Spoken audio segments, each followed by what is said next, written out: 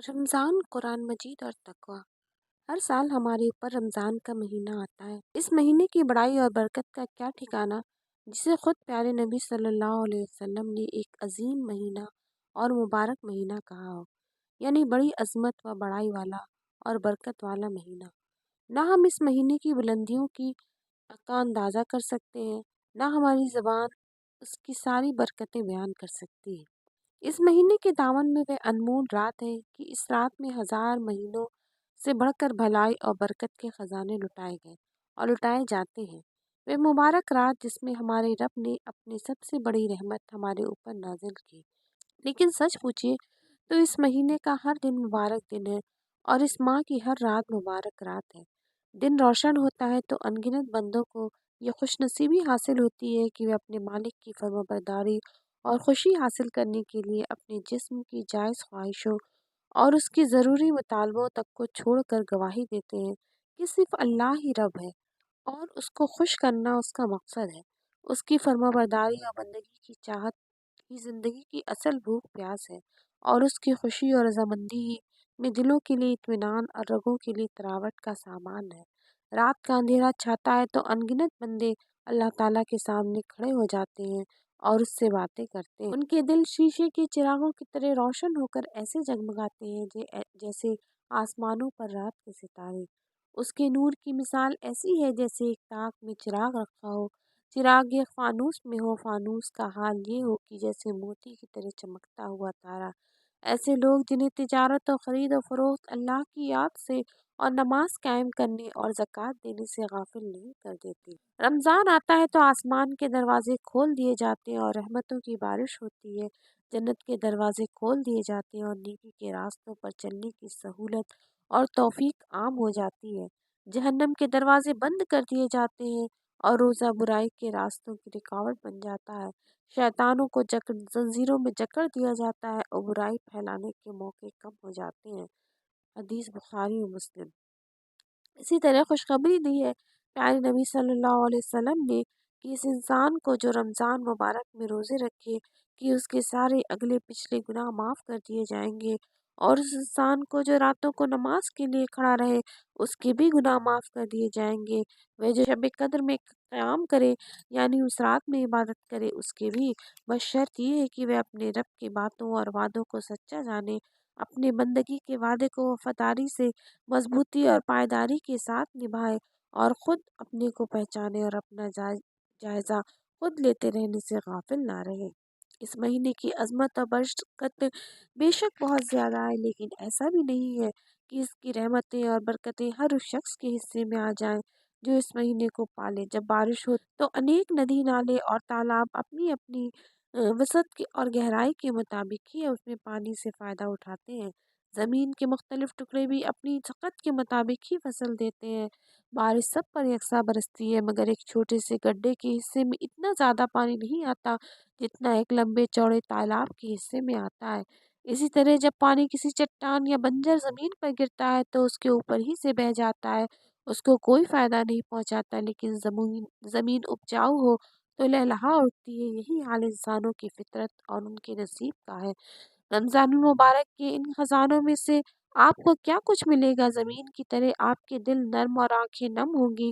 آپ ایمان کا بیج اپنے اندر ڈالیں گے اور اپنی صلاحیت و قابلیت کی حفاظت کریں گے تو بیج پودا بنے گا اور پودا پیڑ نیک اعمال کے پھل پھول اور پتیوں سے لہلہا اٹھیں گے اور آپ ہمیشہ رہنے والی بادشاہت کی فصل کاٹیں گے۔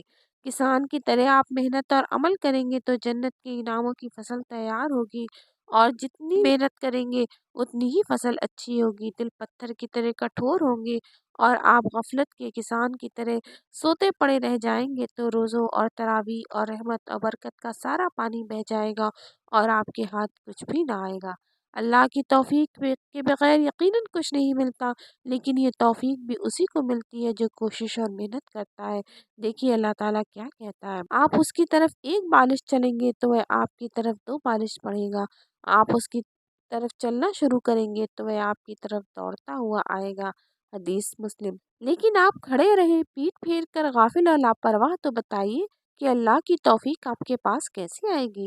تو ایسا نہ کیجیے کہ رمضان کا پورا مہینہ گزر جائے، رحمتوں اور برکتوں کے ڈول انڈیلے جاتے رہے اور آپ اتنے بد نصیب ہو کہ آپ کی جھولی خالی رہ جائے۔ کچھ کرنے کے لیے آپ اور اپنے حصے کی رحمتیں لوٹنے کے لیے کمر کس لیجیے، اور نبی صلی اللہ علیہ وسلم کی اس تنبیہ کو اچھی طرح یاد رکھیے۔ کتنے ہی روزے دار ہیں جن کو اپنے روزوں سے بھوک پیاس کے سوا کچھ نہیں ملتا، اور کتنے ہی راتوں کو نماز پڑھنے والے ہیں جن کو اپنی نمازوں سے رات کی جگائی کے سوا کچھ حاصل نہیں ہوتا۔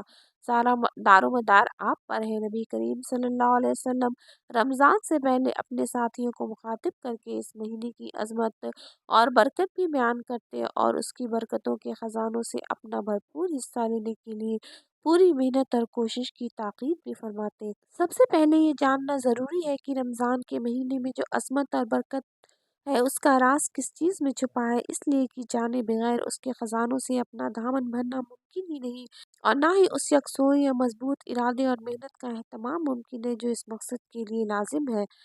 اس عظمت و برکت کا سارا راز صرف ایک چیز میں چھپا ہے، وہ یہ ہے کہ اس مہینے میں قرآن مجید نازل کیا گیا، یعنی نازل ہونا شروع ہوا، پورا کا پورا لوح محفوظ سے اتار کر جبرائیل علیہ السلام کے سپرد کر دیا گیا یا نازل کرنے کا فیصلہ جاری کر دیا گیا۔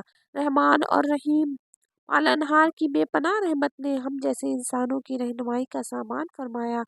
اس کی حکمت نے ہمارے سوچ اور عمل کی صحیح راہیں روشن کی، صحیح اور غلط کو پرکھنے کے لیے وہ کسوٹی دی جو غلطی، ٹیڑھ اور تبدیلی سے پاک ہے۔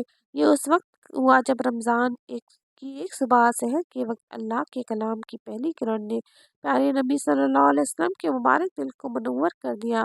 یعنی بات یہ نہیں ہے کہ رمضان کا مہینہ اس لیے مبارک ہوا کہ اس میں روزے رکھے جاتے ہیں، قرآن کی تلاوت کا اہتمام ہوتا ہے، بلکہ بات یوں ہے کہ روزوں و قرآن کی تلاوت کے لیے اس مہینے کا چناؤ اس لیے ہوا۔ قرآن کے نازل ہونے کی وجہ سے یہ مہینہ پہلے ہی عظیم اور جلیل و قدر ہو چکا تھا۔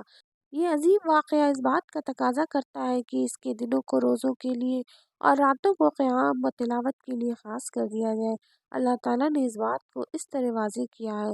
سورہ بقرہ آیت نمبر 185۔ رمضان ہی وہ مہینہ ہے جس میں قرآن نازل کیا گیا جو سارے انسانوں کے لیے شروع سے آخر تک ہدایت ہے اور ایسی کھلی تعلیمات پر مشتمل ہے جو سیدھی راہ دکھانے والی اور حق اور باطل کا فرق کھول کر رکھ دینے والی ہے۔ اسی لیے جو شخص اس مہینے کو پائے اس پر ضروری ہے کہ وہ اس میں روزے رکھے۔ قرآن مجید اللہ تعالیٰ کی نعمتوں میں سب سے بڑی اور بے مثال نعمت ہے اور اس کی رحمتوں میں سب سے بڑی رحمت ہے۔ اس کا نازل ہونا انسانی تاریخ کا سب سے بڑا واقعہ ہے اور اللہ تعالیٰ کی بے حساب رحمت کے جوش و خروش کا اس دنیا میں سب سے بڑا ظہور ہے۔ اسی لیے تو اللہ تعالیٰ نے فرمایا کہ بے انتہا رحمت والا ہے جس نے قرآن کی تعلیم دی اور اتارا گیا ہے بے انتہا رحمت والے اور بے انتہا رحم کرنے والے کی طرف سے۔ انسان کے لیے عدل و انصاف کا کوئی میزان ہے تو یہی قرآن ہے، روشنی ہے تو یہی ہے، شفا کا کوئی نسخہ ہے تو یہی ہے۔ ویسے تو ہمارے اوپر اللہ تعالیٰ کی نعمتیں بے حد اور بے حساب ہیں، ہم ہر لمحے دونوں ہاتھوں سے اس نعمتوں کے خزانے لوٹ رہے ہیں، لیکن دنیا اور دنیا کی ہر نعمت بس اس وقت تک ہماری ہے جس وقت تک سانس آ رہی ہے اور جا رہی ہے۔ آخری سانس نکلتی تو زندگی کے سارے لمحے بھی ختم اور دنیا کی ساری نعمتیں بھی ہمارے لیے ختم۔ جو چیز زندگی کے ان ختم ہو جانے والے لمحوں کو نہ ختم ہونے والی زندگی میں ان ختم ہو جانے والی نعمتوں کو ہمیشہ باقی رہنے والی نعمتوں میں بدل سکتی ہے، وہ صرف اور صرف قرآن کی نعمت ہے۔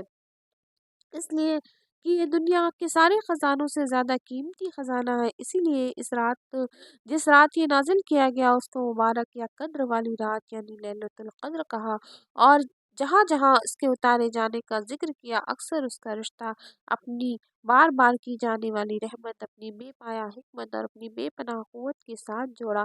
پھر اسی لیے رمضان کے خاتمے پر عید کا جشن منانے کو کہا کہ یہ مہینہ قرآن کے نازل ہونے کی سالگرہ کا مہینہ ہے۔ لوگوں اللہ تعالیٰ فرماتے ہیں، لوگوں تمہارے پاس تمہارے رب کی طرف سے نصیحت آ گئی ہے، یہ وہ چیز ہے جو دلوں کے مرض کے لیے شفا ہے، جو اسے قبول کر لے اس کے لیے رہنمائی اور رحمت ہے۔ اے نبی صلی اللہ علیہ وسلم کہو کہ یہ اللہ کا فضل ہے اور اس کی مہربانی ہے کہ یہ چیزیں اس نے بھیجی، اس پر لوگوں کو خوشی منانی چاہیے، یہ ان سب چیزوں سے بہتر ہے جو لوگ سمیٹ رہے ہیں۔ سورہ یونس آیت نمبر 57 اور 58۔ سب دن اور سب مہینے ایک جیسے ہوتے ہیں، یہ سب خدا کے پیدا کیے ہوئے ہیں اور ان کے بیچ کوئی فرق نہیں ہوتا، لیکن کچھ لمحات ایسے آتے ہیں جن کے ساتھ ساری انسانیت اور ساری کائنات کا مقدر وابستہ ہو جاتا ہے۔ ایسا ہی لمحہ تھا جب غار حرا میں خدا کی ہدایت کی آخری کرن داخل ہوئی اور نبی صلی اللہ علیہ وسلم اس کے امین اور حامل بنے۔ اسی عظیم لمحے کا امین ہے رمضان المبارک کا مہینہ، اور یہی ہے رمضان المبارک کی عظمت اور برکت کا راز۔ قرآن کے نازل ہونے کی سالگرہ کے مہینے میں ہر دن کو روزہ رکھنے اور ہر رات کو کچھ گھڑیاں کھڑے ہو کر قرآن سننے کے لیے کیوں خاص کیا گیا؟ یہ بات سمجھنا کچھ مشکل نہیں ہے اگر آپ یہ جان لیں کہ قرآن مجید کی نعمت کی حقیقت کیا ہے، اور تھوڑا سا غور کر لیں کہ قرآن مجید کا امانت دار اور ہونے کی ذمہ داریاں کیا۔ نعمت جتنی قیمتی ہو، اس کا حق ادا کرنے کی ذمہ داری اتنی ہی بھاری ہوتی ہے۔ اللہ کی کتاب اور اس کا کلام سب سے بڑی رحمت اور برکت ہے، اس لیے یہ اپنے دامن میں ذمہ داریوں کی ایک پوری دنیا رکھتی ہے۔ یہ ذمہ داریاں اس حوالے سے ہیں کہ یہ کتاب زندگی کے اصل مقصد اور زندگی کو کامیاب و بامراد بنانے کے لیے صحیح راستے کی طرف رہنمائی کرتی ہے۔ یہ کتاب انسان کے سارے باطنی و ظاہری اور انفرادی اور اجتماعی مرضوں کے لیے شفا کا نسخہ ہے۔ یہ کتاب اندھیروں میں بھٹکنے والے کے لیے چراغ راہ ہے۔ دیکھیے تو اللہ کی ہدایت کا یہ انعام دو بڑی ذمہ داریاں اپنے ساتھ لاتا ہے۔ ایک یہ کہ اس کی بتائی ہوئی راہ پر خود چلنا، اس کی روشنی میں اپنی زندگی کا سفر طے کرنا، اس کے شفا کے نسخے میں اپنی بیماریوں کے علاج کے لیے استعمال کرنا، اپنے دل کو، اپنی سوچ کو، اپنے فکر اور عمل کو، سیرت اور کردار کو اس کے بتائے ہوئے سانچے میں ڈھالنے کی کوشش میں لگ جانا۔ دوسرا یہ کہ جو ہدایت سارے انسانوں کے لیے ہدایت ہے، صرف اپنے نفس کے لیے نہیں، اس ہدایت کو سارے انسانوں تک پہنچانا، ان کو اس کی راہ پر چلنے کی دعوت دینا، اندھیرے راستوں پر روشنی کرنا اور بیماروں تک دوا پہنچانا۔ غور کریں تو معلوم ہوگا کہ دوسری ذمہ داری پہلی ذمہ داری کا لازمی تقاضا ہے، اور اس کا ایک ضروری حصہ بھی۔ دوسرا کام کیے بغیر پہلا کام کبھی پورا نہیں ہو سکتا۔ ایک طرف تو یہ علم اور ایمان ہونا کہ قرآن مجید سارے انسانوں کے لیے ہدایت اور مارگ درشن ہے، اس بات کا تقاضا کرتا ہے کہ اسے دوسروں تک پہنچایا جائے۔ بھٹکنے والوں کا یہ حق ہے کہ جو راستہ جانتا ہو وہ اس کو راہ بتائے۔ یہی حق بیماروں کا ہے کہ جس کے پاس دوا ہو وہ اس تک دوا پہنچائے۔ دوسری طرف جب دوسروں کو قرآن کی راہ پہ چلانے کی کوشش اور محنت نہ ہو، خود آپ کو قرآن و حدیث کو دکھائے ہوئے راستے پر چلنا بھی مشکل اور ادھورا رہے۔ اللہ سے دعا ہے کہ ہمیں خود قرآن مجید کے بتائے ہوئے راستے پر چلنے اور دوسروں تک اس کا پیغام پہنچانے کی توفیق عطا فرمائے، آمین۔